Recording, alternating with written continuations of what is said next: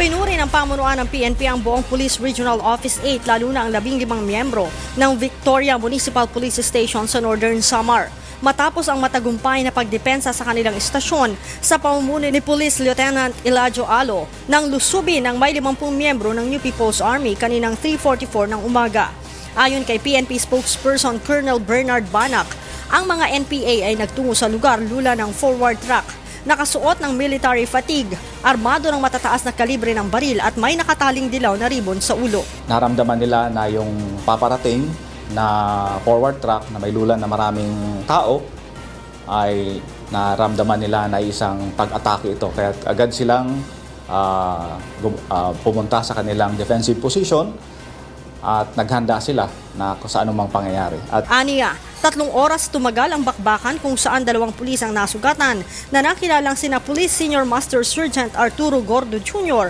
na nagtamo ng sugat sa ilong at mata dahil sa shrapnel at si Police Master Sergeant Arnold Cabacang na nagtamo naman ng sugat sa pisngi. 3 NPA naman ang napatay at isang naaresto na nakilalang si Aljon Cardenas, 13 taong gulang at residente ng Barangay Dawo, Calbayog City, Samar. Nakumpiska sa mga ito ang isang M60 light machine gun, 2 M16 rifle at isang M14.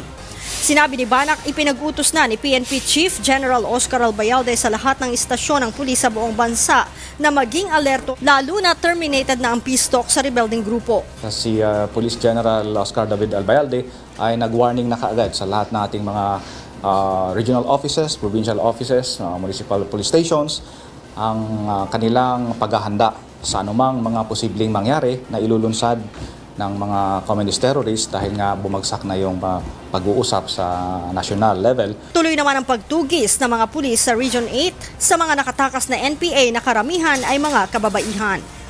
Leia Ilagan, UNTV, News and Rescue, Campo Crame.